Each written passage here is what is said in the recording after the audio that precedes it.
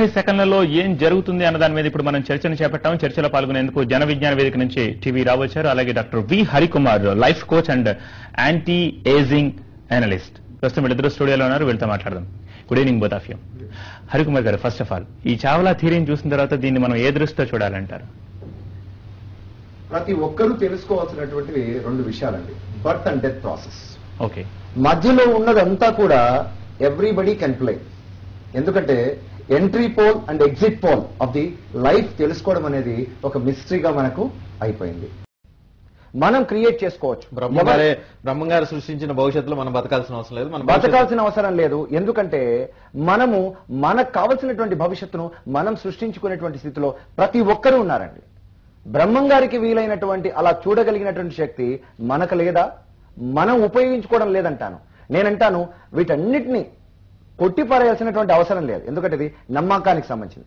బేసిక్గా ఏమంటానంటే ప్రతి వ్యక్తి తాను వర్తమానం పట్ల ధ్యాస ఉంచి భవిష్యత్తు గురించి భయపడాల్సిన అవసరం లేదండి. ప్రణాళికాబద్ధంగా ఉంటే మనకు ఏది కూడా హాని కలగజేసేటువంటిది ఉండదండి, ఎదుగుదలకే ఉపయోగపడుతుంది. ఈ దాంట్లో కూడా శాస్త్రీయ దృక్పథం ఉండాలండి, సైంటిఫిక్ టెంపర్ ఉండాలి.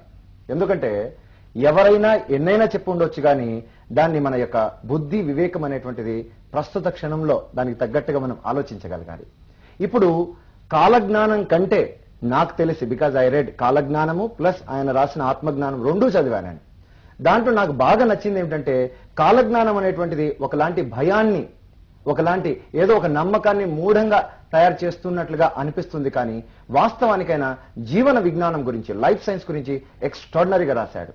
Give least importance to such conditions. అసలు దాని గురించి పట్టించుకోవాల్సినటువంటి అవసరమే లేదంటాను. ఎందుకంటే ఆయన ఆ సమయంలో సమాజ నిర్మాణం కోసము, మార్పు కోసం ఏమైనా రాసి ఉండవచ్చు.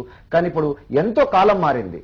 నీవు వర్తమానంలో స్పృహతో మనం చక్కగా ఉన్నట్లయితే, ఆయన చెప్పిన జీవన విజ్ఞానాన్ని తీసుకున్నట్లయితే సరిపోతుంది. పూజల పేరుతో ఆయన పెద్ద గొప్పగా దేవునిగా చేయకుండా ఆయన ఎంత గొప్పగా జీవించాడు, ఆయన అందించినటువంటి జ్ఞానాన్ని అర్థం చేసుకునేటువంటి ప్రయత్నమే చేయమని నా యొక్క విన్నపం. ఒక కొండ ఉంది. కొండ కింద స్థాయి నుంచి చూస్తే మనకు ప్యారలల్ గా ఉన్నదే కనిపిస్తూ వస్తుంది. కొండ ఎక్కుతున్నప్పుడు ఆ యొక్క ప్రాంతం పట్ల మనకు ఇంకా స్పష్టమైన అవగాహన, అంటే లిమిటెడ్ గా మనం ఇదే ఉంది, ఈ కాలానికి ఇది మాత్రమే సాధ్యమవుతుంది అని ఆలోచించడం చాలా సబబు. ఎందుకంటే we're at the ground level. కొండ ఎక్కుతున్నప్పుడు మనకి ఎంత క్లారిటీగా తెలుస్తుందో కొండ పైకెక్కినప్పుడు స్పష్టంగా తెలుస్తుంది. నేనంటాను వీరబ్రహ్మేంద్ర స్వామి గారు ఆయన ఒక స్పిరిచువల్ సైంటిస్ట్ అంటాను. ఎలా అయితే బాబు గారు చెప్పినట్టుగా ఒక మార్కెటింగ్ స్ట్రాటజీ తెలిసిన వాళ్ళు present data and past abilities, past డేటాను తీసుకొనేసేసి ఫ్యూచర్ అనేటువంటి దాన్ని కొంత ప్రెడిక్ట్ చేయగలరు. ఆయన కొండ పైన ఉన్నాడా, కొండ మధ్యలో ఉన్నాడా అనేటువంటి దానిపైన ఆధారపడి బ్రహ్మంగారు ఇప్పుడు ఏ కొండ ఎక్కాడు, ఏ జ్ఞానం, ఏ రేంజ్ లో ఉన్నాడు అనేటువంటి దాన్ని బట్టి చెప్తే ఎస్, ఇట్ ఈస్ పాసిబుల్.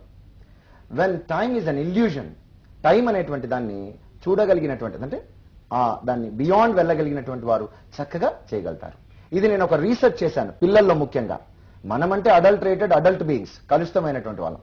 చాలా క్రియేటివిటీ, స్పాంటేనిటీ ఉన్నటువంటి చిల్డ్రన్ వాడికి చక్కగా ఇలా వెళ్ళినప్పుడు దే కెన్ ప్రెడిక్ట్, మనకంటే కూడా చాలా చక్కగా చెప్పగలుగుతారు. నేనంటాను వీరబ్రహ్మేంద్ర స్వామి ఆ స్థాయికి ఉండి ఉండవచ్చాము. ఒక చిన్న ఎగ్జాంపుల్, మా అమ్మ చిన్నప్పుడు చెప్పేది, నువ్వు డాక్టర్ కాకపోతే ఏమవుతావురా అంటే మీ నాన్న కంటే ఘోరంగా అవ్వచ్చేమో, రైతు కంటే కూడా ఘోరంగా అని భయపెట్టి నన్ను డాక్టరీలో చేర్పించేసింది.